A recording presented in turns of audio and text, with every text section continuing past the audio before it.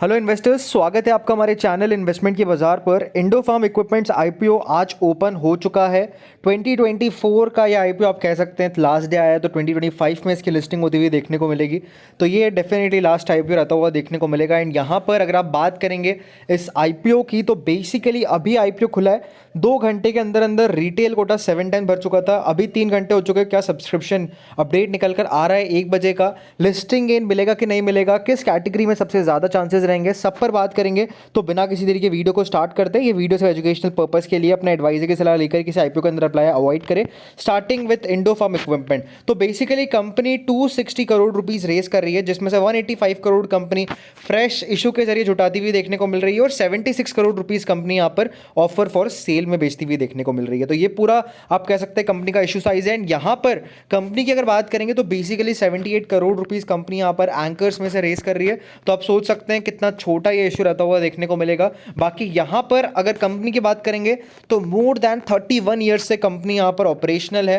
Company tractors, picks, carry cranes and other harvesting equipments बनाती हुई देखने को मिलती है, यानी एग्रीकल्चर रिलेटेड जितना भी कामकाज है वो सारा कंपनी कामकाज करती है। एंड बेसिकली यहाँ पर कंपनी के अंदर दो ब्रांड्स ऑपरेट करते हैं, इंडो फार्म और Indo Power. They export their products to the countries like Nepal, Syria, Sudan, Bangladesh and Myanmar. तो ये सब कंट्रीज़ में बेसिकली कंपनी का एक्सपोजर है। तो आप कह सकते हैं फॉरेन क्लाइंट्स भी कंपनी के काफ़ी सारे हैं।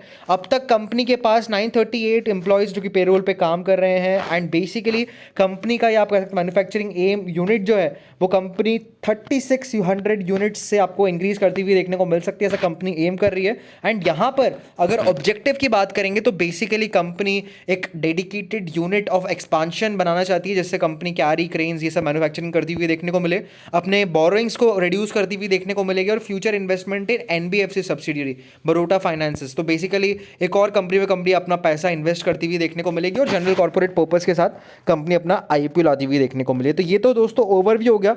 अब बात करेंगे यहाँ पर कंपनी के फंडामेंटल्स एंड फाइनेंशियल्स की। तो बेसिकली यहाँ पर अगर आप देखेंगे तो अभी कंपनी का जो रेवेन्यू चल रहा है वो यहाँ पर आप देखिए 352 करोड़, 371 करोड़, 375 करोड़। डेफिनेटली इतनी ज़्यादा ग्रोथ नहीं है रेवेन्यू में, लेकिन प्रॉफिटेबिलिटी की अगर बात करेंगे तो प्रॉफिटेबिलिटी भी कंसिस्टेंट है। 13.7 करोड़ का profit, then after that 15.3 crore का प्रॉफिट, देन आफ्टर 15.6 करोड़ का प्रॉफिट। तो ज़्यादा कुछ चेंजेस कंपनी के आप कह सकते हैं बैलेंस शीट में नहीं आए पिछले 3 साल के अंदर। डेफिनेटली यहाँ पर अपने को देखने को मिल रहा है। बोरोइंग्स कंपनी का अगर आप देखेंगे तो बोरोइंग्स 275 करोड़ से घटकर 245 करोड़ पर आ चुकी है। तो डेफिनेटली फंडामेंटली अगर आप देखेंगे तो कंपनी ठीक ठाक कामकाज कर रही है। आरओई कंपनी का करंटली 5.13 का है, आरओसी 8.96 का है, डेट टू इक्विटी डेफिनेटली काफ़ी कम है। प्राइस टू मार्जिन अगर आप देखेंगे, पैट मार्जिन अगर आप देखेंगे तो बेसिकली 4.16 का है, प्राइस टू बुक वैल्यू 2.55 का है। तो डिसेंट आईपीओ मैं कहूँगा इसको। वैल्यूएशंस वाइज अगर आप देखेंगे तो डिसेंट वैल्यूएशंस पर कंपनी अपना आईपीओ लाई है। अब तक यहाँ पर 2 ब्रोकर ने सब्सक्राइब की सलाह दी और 1 ब्रोकर ने यहाँ पर अवॉइड की सलाह दी है। तो अभी डेफिनेटली काफ़ी ब्रोकर्स की सलाह नहीं आई है, कल तक डेफिनेटली सलाह आ जाएगी। बाकी यहाँ पर जीएमपी की अगर बात करेंगे तो बेसिकली जीएमपी यहां पर 37.21% चल रही है चित्तौड़गढ़ की वेबसाइट पर।